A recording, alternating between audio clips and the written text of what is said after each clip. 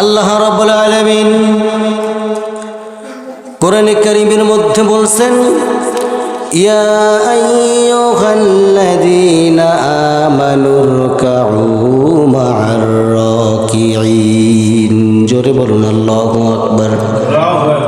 ও ঈমানদারেরা, তোমরা সর্বপ্রথম একটা কাজ করবে, সেই কাজটাই হলো রুকুকারীর সঙ্গে রুকু করবে, সেজদাকারীর সঙ্গে সেজদা করবে এবং 5 ওয়াক্ত নামাজ তোমরা সুস্থতা মাথায় মাথা যেন ঠান্ডা করে তোমরা যেন 5 ওয়াক্ত নামাজ আদায় করতে পারো।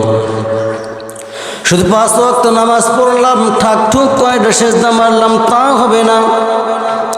আল্লাহ রাব্বুল আলামিন বান্দাকে জানায় দিচ্ছেন, নাউজিদ আলাইহিম ওয়া রাতিলিল কুরআন তারতিলা।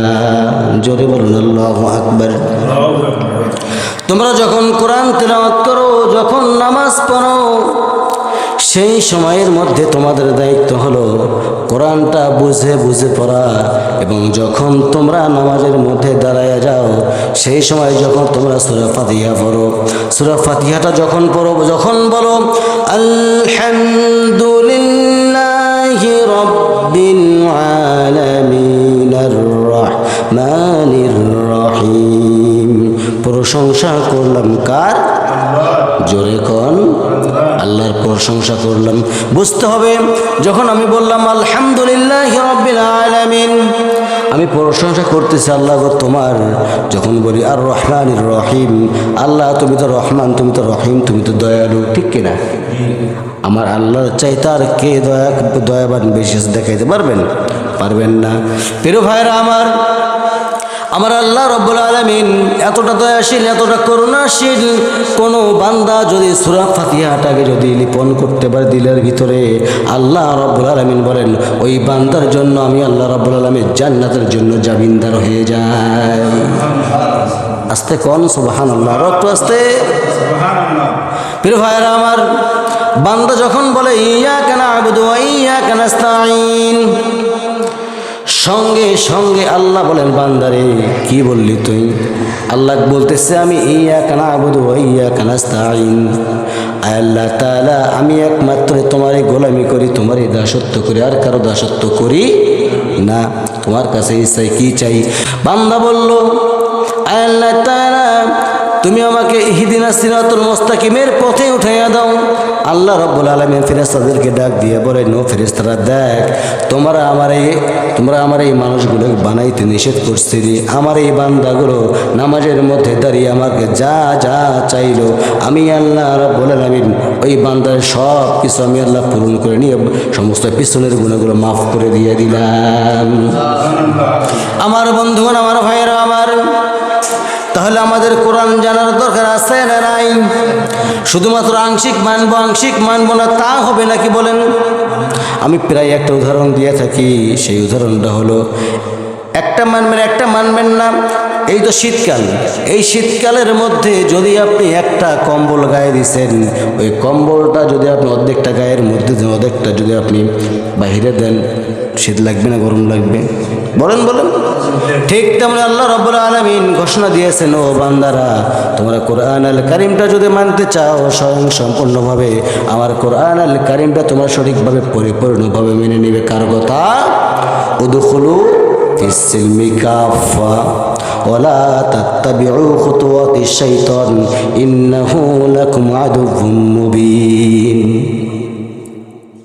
তোমরা পরিপূর্ণভাবে ইসলামের ভিতরে দাখিল হয়ে যাও। সুবহানাল্লাহ বলবেন না? সুবহানাল্লাহ। আমার ভাইয়েরা, আমার বন্ধুগণ, আমার যে আলোচনা ছিল সেই আলোচনা আসার আগেই কিন্তু আমার ঘড়ির দিকে নজর গেছে। আজকে আমি সংক্ষিপ্ত আকারে আলোচনা করে আপনাদেরকে ছেড়ে দেব। প্রিয় ভাইয়েরা আমার, তার একটাই কারণ হচ্ছে কাজকর্মের দিন। নামাজের চাইতে কাজ বেশি উত্তম, না কি বলেন? কি বলেন? নামাজের চেয়ে কাজ উত্তম নাকি? এটাই তো হচ্ছে বর্তমান সমাজে। আগে নামাজ না আগে কাজ? বলেন তো, জোরে কোন? আগে নামাজ। আমরা কি বলবো? নামাজকে বলবো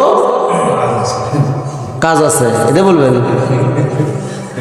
কাজকে বলবো নামাজ আছে, নামাজকে বলবো আমার কি আছে, কি করবেন? কাজকে বলবেন নামাজ আছে, নামাজকে বলবেন কাজ আছে। না না না, এটা কি হবে? হ্যাঁ বলো, নামাজ আছে। তাহলে আমরা কাজকে বলবো আমার নামাজ আছে, তারপরে আমার কাজ। সেখানে মহান আল্লাহ সুবহানাহু ওয়া তাআলা আমাকে ফাদল দিয়ে দিবেন। ফাদল মানে কি? রিজিক দিয়ে দিবেন। বলি সুবহানাল্লাহ। সম্মানিত উপস্থিতি, এই বেটা বিয়ে করছ? হ্যাঁ, আমি তো জানি না তোমার বিয়ে দিন কোন দিন হইল, ঠিক কিনা? সম্মানিত দিনী ভাইয়েরা, বিশ্বনবী রাসূল সাল্লাল্লাহু আলাইহি ওয়াসাল্লামের কাছে এর গল্প করি, শোনেন। এদিক ওদিক দেখেন না, আমার দিকে দেখেন। অল্প সময় রাসূল সাল্লাল্লাহু আলাইহি ওয়াসাল্লামের কাছে এক সাহাবী আসলেন। মহিলা সাহাবী এসে বলতেছেন, ইয়া রাসূলুল্লাহ, আমার তো বিয়ে হচ্ছে না। আমার কি হচ্ছে না? আমার নবীজি বললেন, কে বলছে তোমার বিয়ে হবে না? তোমার বিয়ে হবে। খুব ভালো একজন আমার অসংখ্য সাহাবী আছে, তাদের মধ্য থেকে বাছাইকৃতভাবে তুমি যাকে পছন্দ করো তাকেই তুমি বিয়ে করতে পারো। সুবহানাল্লাহ বলবেন না? সম্মানিত দিনী ভাইয়েরা, এমন সময় এক সাহাবী দাঁড়িয়ে গিয়ে বললেন, ইয়া রাসূলুল্লাহি, ইয়া হাবিবাল্লাহি, আমি বিয়ে করতে চাই। তার পূর্বেই একটা কথা ছিল, আল্লাহ রাসূল সাল্লাল্লাহু আলাইহি ওয়াসাল্লাম যখন বলেছেন আমার অসংখ্য সাহাবী আছে অবিবাহিত, তাদের মাঝে তোমার যাকেই পছন্দ হয় তুমি বিয়ে করে নিও। তখন ওই মহিলা শর্ত জোড়ায় দিল, ইয়া রাসূলুল্লাহি, ইয়া হাবিবাল্লাহি, আমি কিন্তু বিয়ে করতে পারি, শর্ত আমার 3টা। কয়টা বলেন তো? বাড়ি থেকে মেসেজটা দিতে পারবেন? দিতে পারবেন তো ইনশাআল্লাহ? কয়টা শর্ত? কাকে দিচ্ছে? ওই মহিলা কাকে দিচ্ছে? শর্ত চাচ্ছে কার কাছে? ইয়া রাসূলুল্লাহি, আমার শর্ত আছে, যাকে বিয়ে করব আমার শর্ত 3টা। কি শর্ত? 5 ওয়াক্ত নামাজ জামাতের সহিত আদায় করতে হবে। যে আমার স্বামী হবে তাকে 5 ওয়াক্ত নামাজ বা সালাত, এখন নামাজ আর সালাত নিয়ে কিন্তু ফিতনা সৃষ্টি হয়েছে। কেউ বলে নামাজ নেই কোরআনের মধ্যে, আবার কেউ বলে সালাত আছে। আমরা নামাজ পড়ি, সালাত পড়ি না। আছে না নাই ভাই? না নাই, মনে হয় এই এলাকাত নাই, আমার এলাকায় আছে। তাহলে হ্যাঁ, ভাগ করতে হবে। তাহলে এখানে আমরা প্রথম পয়েন্ট, প্রথম আকার কি বললেন ওই মহিলা? 3টে শর্ত। প্রথম শর্ত হচ্ছে 5 ওয়াক্ত নামাজ কিসের সহিত আদায় করতে হবে? নামাজের সহিত অথবা সালাতের সহিত আদায় করতে হবে। এই যুবকটা দেখছেন, বাচ্চা একটা যুবক, বয়স দেখছেন তো, আর কি করেন? হ্যাঁ, বুঝছি না। তো এখন দ্বিতীয় প্রশ্ন হচ্ছে, ইয়া রাসূলুল্লাহ, সারা রাত ধরে যে আমার স্বামী হবে তাকে কিয়ামুল লাইল করতে হবে। সুবহানাল্লাহ করবেন না? 3 নাম্বার প্রশ্ন হচ্ছে, সারা বছর তাকে রোজা রাখতে হবে। এই 3টে প্রশ্ন কঠিন না সহজ ভাই? বলেন বলেন, 3টে কাজ করা কঠিন না সহজ? 5 ওয়াক্ত নামাজ জামাতের সহিত আদায় করা লাগবে, রমজান মাসে রোজা রাখা লাগবে, রমজান মাসে তো রোজা রাখবেই, এবং সারা বছর তাকে নফল রোজা রাখতে হবে। তারপরে সারা রাত ধরে কিয়ামুল লাইল করতে হবে। কিয়ামুল লাইল বোঝেন না? তাহাজ্জুদ করতে হবে, দাঁড়ায় দাঁড়ায় সারা রাত নফল ইবাদত করতে হবে, নফল নামাজ পড়তে হবে। বলেন কেউ আছেন পারবেন? একজন সাহাবী দাঁড়িয়ে বললেন, ইয়া রাসূলুল্লাহি, ইয়া হাবিবাল্লাহি, ওই মহিলার দায়িত্বগুলো আপনি যেহেতু নিয়েছেন, আমি ওই মেয়েকে বিয়ে করব। বলি সুবহানাল্লাহ। আমার নবীজি বললেন, ও আমার সাহাবী, তুমি কি এই 3টে শর্ত পালন করতে পারবে নাকি? ইয়া রাসূলুল্লাহি, আমি সব যথাযথভাবে পারবো ইনশাআল্লাহ।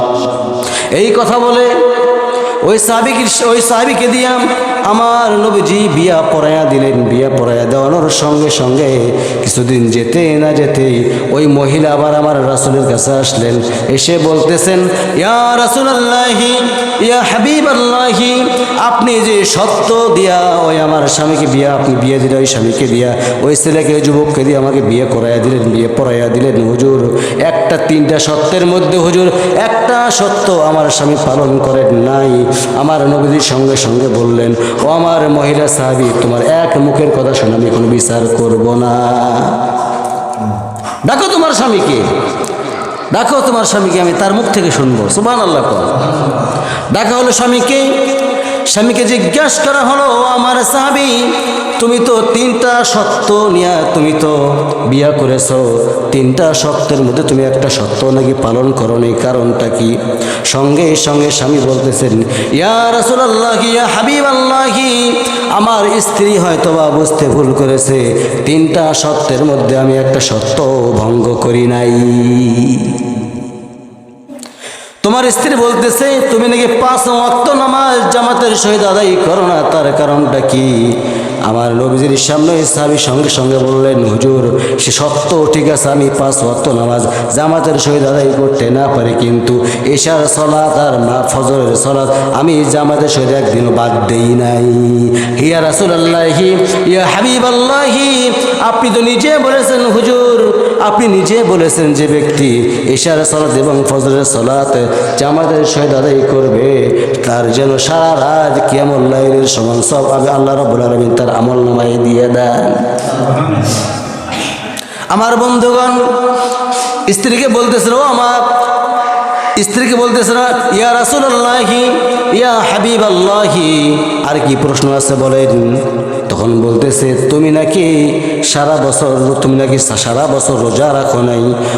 ওই সাহাবী বলতে, ইয়া রাসূলুল্লাহ, কে বললো আপনাকে সারা বছর রোজা রাখেন নাই? আমি সারা বছর রোজা রাখি নাই। ঠিক আছে, আপনি আপনার মুখ দিয়ে আমি যখন শুনেছি আপনি নিজেও রাসূল হয়ে সারা বছর রোজা রাখেন না, আপনি শুধুমাত্র প্রতি সপ্তাহের মধ্যেই সোমবারে রোজা রাখেন এবং বৃহস্পতিবারের দিন আপনি রোজা রাখেন। ওই নিয়মে আমি নিজেও রোজা রেখেছি। বুদ্ধি কার বেশি বলেন? এবং 3 নাম্বার প্রশ্ন, ইয়া রাসূলুল্লাহি, ইয়া হাবিবাল্লাহি, আমার সামনে 3 নাম্বার প্রশ্ন। কথা ছিল সারা রাত ধরে কোরআন তেলাওয়াত করবে। এই কোরআন তেলাওয়াত করার কথাটা কোশ্চেন ভাবে চলে আসলো। যখন চলে আসলো, সাহাবীকে জিজ্ঞেস করলেন, ও সাহাবী, তোমার তো এই কথাটাও ছিল সারা রাত ধরে তুমি কোরআন তেলাওয়াত করবে। তখন সাহাবী বলল, ইয়া রাসূলুল্লাহি, ইয়া হাবিবাল্লাহি, সারা রাত ধরে যদি আমি কোরআন তেলাওয়াত করি, বইয়ের হক আদায় করব কখন? বইয়ের হক আদায় করব কখন? তা না করে আমি একটা কাজ করেছি, সেই কাজটাই হলো আমি সহ আমার স্ত্রী সহ একই বালিশের মধ্যে মাথা দিয়ে ঘুমাইছি হুজুর। একই বালিশের মধ্যে মাথা দিয়ে ঘুমাইছে। আমার স্ত্রী হয়তো বুঝতে পারে নাই। আপনার বর্ণিত হাদিস, কোনো বান্দা যদি সূরা ইখলাস 3 বার শোয়ানোর ঘুমানোর আগে যদি 3 বার পড়তে পারে, আল্লাহ রাব্বুল আলামিন গোটা কোরআন শরীফ তেলাওয়াতের সমান সব ওই বান্দার আমলনামায় দিয়ে দেন। বলি সুবহানাল্লাহ। আমার নবীজি ওই মহিলাকে বলতেছেন, ও আমার মহিলা সাহাবী, তুমি একটা বলো, তোমার স্বামী আর একটা বলে। তোমার স্বামীরটাই তো ঠিক হলো, সব কথাগুলোই তো ঠিক হয়ে গেল। তখন ওই স্ত্রী বলতেছেন, ইয়া রাসূলুল্লাহি, ইয়া হাবিবাল্লাহি, আমার তো জানা ছিল না আমার স্বামী এত চালাক। ভাইয়ের আমার, আপনারাই বলেন তো দেখি, বুদ্ধির দিক থেকে মহিলা চালাক বেশি না পুরুষ চালাক বেশি? এই 16 বছর চালাইছে কেটা? বলেন বলেন। মহিলা চালাইছে 16 বছর। সেই যে হাঁটুর নিচের মধ্যে বুদ্ধি, পালাইতেও বাধ্য হওয়া লাগছে, ঠিক কিনা? ওই দিকে যেতে যাচ্ছি না। তাহলে আমাদের দায়িত্ব হলো বুঝতে হবে, যদি আমরা 5 ওয়াক্ত নামাজ জামাতের সাথে আদায় নাও করতে পারি, অন্তত কম পক্ষে আমাদের দায়িত্ব হলো 2 ওয়াক্ত নামাজ। 2 ওয়াক্ত নামাজ কোন কোন নামাজ? ফজর এবং এশার নামাজ আমরা জামাত ছাড়া করব। কোন তো বলেন না, কিন্তু বড় তো হাঁ হয়ে যায়। ভাই বলি তো না, বড় তো হাঁ হয়ে যায়। আপনি মসজিদে আসতেছেন না, বাড়িতে আপনার ফ্যামিলি নাই, ফ্যামিলি নামাজ পড়বেন, মসজিদ দূরে হচ্ছে, সমস্যা কোথায়? ঠিক কিনা? আপনি কোরআন তেলাওয়াত করতে পারতেছেন না, চেষ্টা থাকতে হবে। চেষ্টা যদি আপনার না থাকে আপনার জীবন ব্যথায় চলে যাবে প্রিয় ভাইয়েরা আমার। তারপরও আমি বলবো যারা পারেন না কোরআন তেলাওয়াত করতে চেষ্টা করেন, এবং যখন আপনি রাতের বেলায় সব ঘুমাইতে যাবেন সঙ্গে সঙ্গে আপনি বলবেন আল্লাহুম্মা বিসমিকা আমুতু ওয়া আহইয়া, আল্লাহ তাআলা আমি তোমার জন্যই মরে গেলাম, যদি বেঁচে থাকি গো আল্লাহ সকালবেলায় উঠে আলহামদুলিল্লাহ বলবো ইনশাআল্লাহ। বলেন ইনশাআল্লাহ। কয়জনে পড়ি ভাই? কিন্তু আল্লাহ তাআলা আমি তোমাকে সন্তুষ্টি করানোর জন্য, আয় রব্বুল আলামিন তোমাকে সন্তুষ্টি করানোর জন্য ঘুমানোর আগে 3টা বার আমি সূরা ইখলাস পড়ে নিলাম গো আল্লাহ। তুমি আল্লাহ আমার আমল নামার মধ্যে গোটা কোরআন তেলাওয়াতের সব সমান সব তুমি আল্লাহ আমার আমল নামায় দিয়ে দাও, বলি সুবহানাল্লাহ। তারপরে যদি আমি রোজা রব্বুল আল্লাহ তাআলা রোজা আমি যদিও সারা বছর আমি রোজা করতে পারবো না হুজুর, আল্লাহ তাআলা রোজা করতে পারবো না, কিন্তু আমি সোমবার এবং বৃহস্পতিবার যথেষ্ট পরিমাণ চেষ্টা করবো ইনশাআল্লাহ। পারবো তো ইনশাআল্লাহ? পারবেন না কারা কারা? এতেই কাম।